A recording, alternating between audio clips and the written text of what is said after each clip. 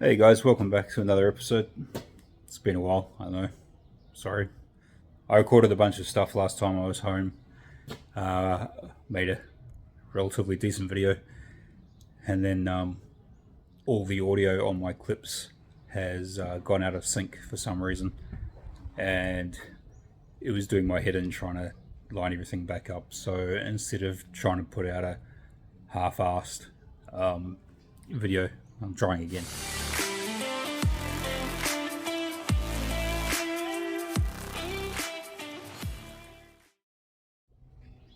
Got a couple of things made for this, a couple of cool things, and we'll have a look at also how this engine actually fits. So in the video that I started making, that was a bit of a fail. I had the car outside. I got it off the stands for the first time in a while and rolled it out into sunlight. Got some good video. Yeah. But to have it off the stands, that means I've got the engine mounts in place. So I had a large screw-up jack stand under the engine, holding it on the right angle and everything, and I've fabricated the tough mounts kit. I've got that in there. We'll have a look at those when we're under the car. But with everything set up in place, I could then check. I mean, I'd already checked the blower under the bonnet. There were a couple of bits that were close, so the main bracing for the bonnet runs across perfectly through here. That works out really nicely. The issue I ran into was the throttle body. I thought that might be an issue. While it clears the bonnet, the front of the throttle body, the opening here, the lip, that all points directly into the back of the bonnet vent. Not a problem at all on the standard Falcon 500 bonnet, but on this one, it's right into it. So a while ago, I was talking to Trav from Hammond Engineering on Instagram. I've been following Trav for a while. He does some really cool stuff. He does one-off stuff and prototyping, all sorts of things.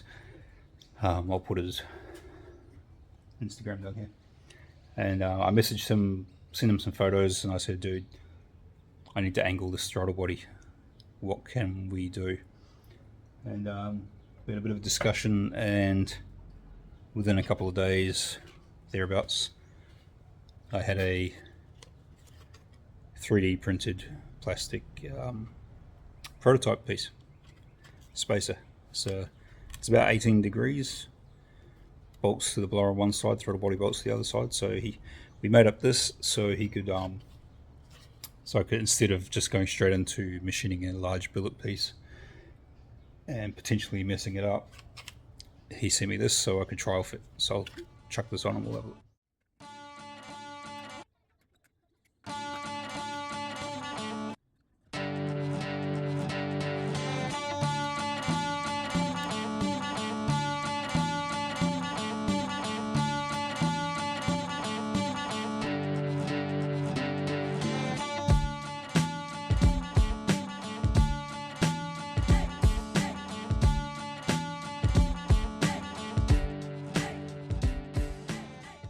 So the handy thing about having a 3D plastic prototype is if it's not quite right, it's no big deal.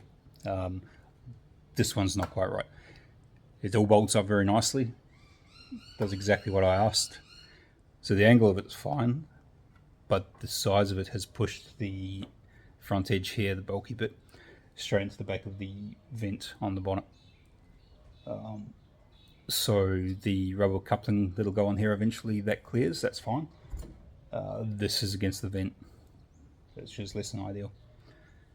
So I've spoken to Trav about it, and what we're going to try is a completely different shape. So basically it's going to be a wedge shape, and these 4 bolts here will be put in through the inside of this. So this will just be a wedge block instead of a sort of a shape like this.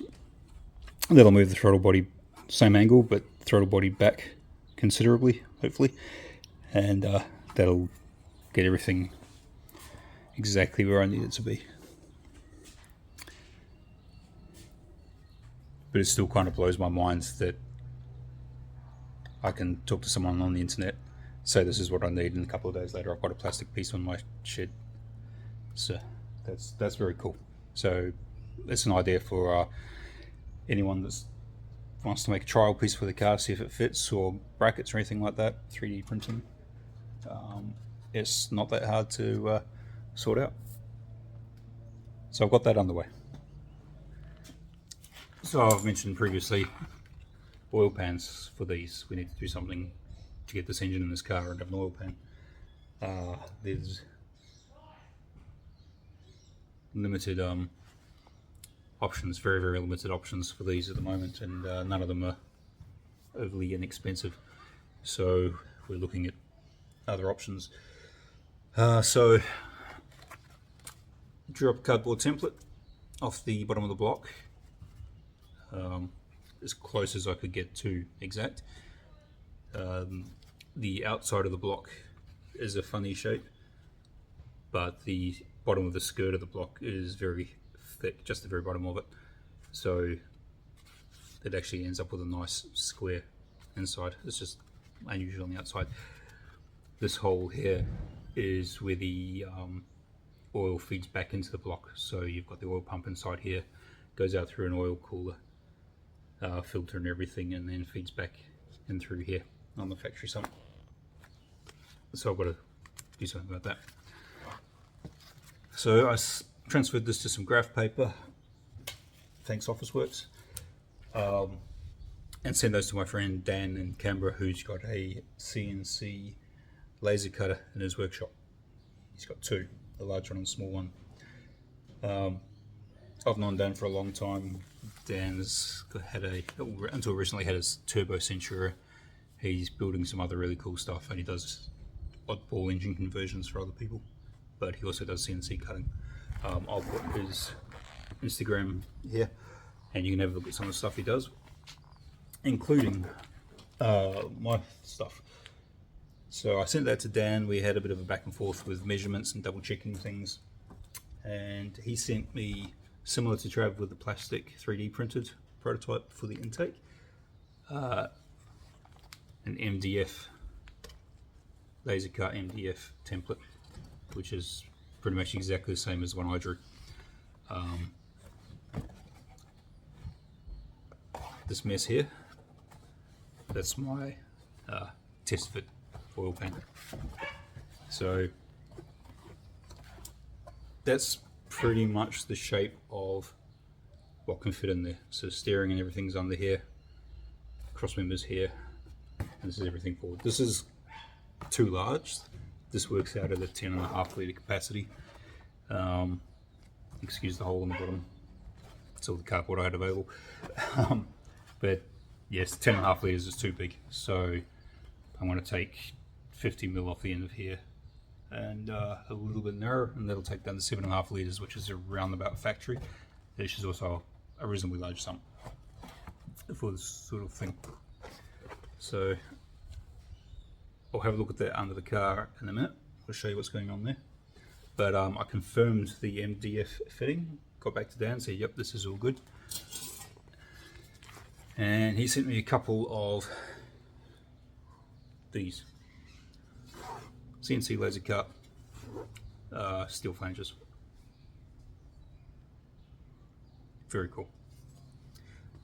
He also sent me an engine plate. I drew up an engine lifting plate which goes where the manifold bolt's on, and he cut me a 6mm engine plate for that, which is currently at Benny's house. So look after that for me, please, Benny. So I got a couple of measurements slightly out, so I've drilled a couple of holes slightly bigger on this one, so two, and that bolts up perfectly. So I'll show you the cardboard oil pan, there what we're working with, and what I'm going to do next. So in other news,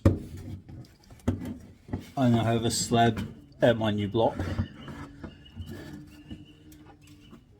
and I have full council approval for my new shed. So that means the countdown's on to actually having a hoist. Hallelujah. No more of this shenanigans.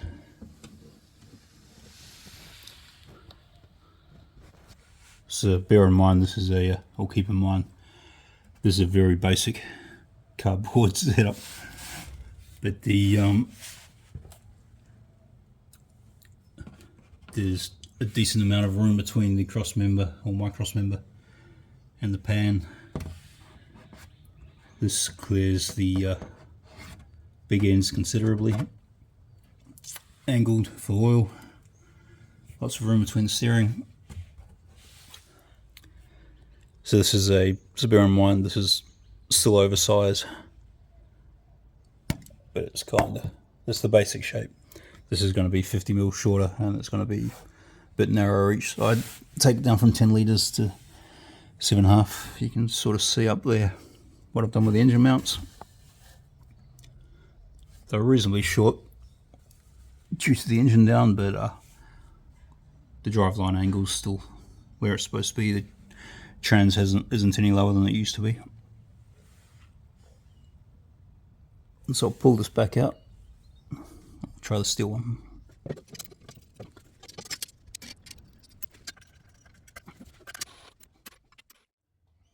So this hole here, that's the oil return hole. So from the external oil pump, that'll feed back into the block through there. So that's got to be modified to have, so we can have an O-ring on the other side instead of just a sealant around it. And Benny came up with a brilliant idea for that. So when I get to that stage, we'll have a look at that. Please excuse this unflattering angle of me. But yeah, so I've already drawn up as per the cardboard oil pan. I've already got the templates for this bits to cut for the sides. I'm going to make one of those up for this, and then I'm going to see if it fits into Ben's car with the factory cross member, because mine's got this tube here. I think it'll be okay. It'll be close, but it's something easily modified. And inside the oil pump, I've got to put an oil pickup. I've got to put a couple of baffles with trapdoors, keep all that oil around that pickup. And up under the front of the engine here, we'll have an external oil pump. So that's all on the shopping list. But next time I'm home, I'll get some probably 1.2mm sheet and start folding that up. And I've got to talk to a couple of guys about welding these together for me. So that's where I'm at with the oil pans. So that's going to be a bit of a process, but nothing too hardcore. The red plastic spacer, you will hear some drums. Sorry, young Hunter across the road, high school kid, very talented musician, usually does guitar. He's doing drums today, so just go with it. The red plastic spacer, I'm going to have my own drum roll here in a minute. The red plastic spacer from Hammond Engineering, that's when he's on holiday at the moment, so when he gets back, we're going to work through the new one of those. And so that's all under control. Engine mounts are sorted. My next headache with this is going to be the headers. So there's not a whole heap of room down here between the engine and the shock tower.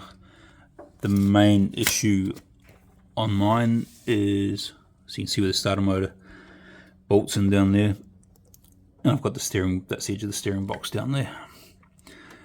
So there's not a huge amount of room on my car. This side's a bit better, but you can sort of kind of see. So that's the exhaust stud there, edge of the tower. My of course my car has the cutouts that has no bearing on whether the manifolds fit or not. That's the closest point down here. this is just a bonus for me. But you guys with factory towers, that's not going to be a problem. The other thing to keep in mind with on mine is, because I've got this supercharger sitting on top and I want to keep it under the bonnet, my engine mounts are low, so with the side of the V, if my manifolds where my knuckle is here, if I drop the engine down, it's going to come closer down to the shock towers. So my car is a pain in the ass. Benny's car is going to be the same. Anyone that's running naturally aspirated can have their car sitting up to 40 mil higher if you really wanted to, so that alleviates that problem. I've kind of looked at options of modifying the factory headers. I think I could get it to work, but I'm probably just going to have to go custom headers on this one, especially for the power I want to be chasing. I definitely need headers for that power, but I'm kind of thinking also about guys that aren't running the supercharged, just running a naturally aspirated, say 600 horsepower engine. I think the factory headers would be fine for that. So it's going to be a bit of an issue. I've looked at header flanges. I've got a pair here which I was going to use to modify the factory headers. They were, I think, on $90 off eBay from Spec 2D. I'll see if I can find the link. But they're a very nice piece for the budget-minded one. There is another option I'm looking at, billet ones, and they're individual flanges. They're expensive, and there goes Hunter again. So I'm kind of weighing up with the header flanges and the price of the headers. Yeah, it's going to be a bit of a tough one. It's going to be an expensive one for me. It's all part of the game, unfortunately. I do have some parts on the way from Bliss Custom Engineering. Andrew from there's helped me out with some bits, and I also have some large parts coming from Swift Tech Engineering. Some of you guys might know the name there, but I'll put their Instagram up and you can have a look for yourselves what they do.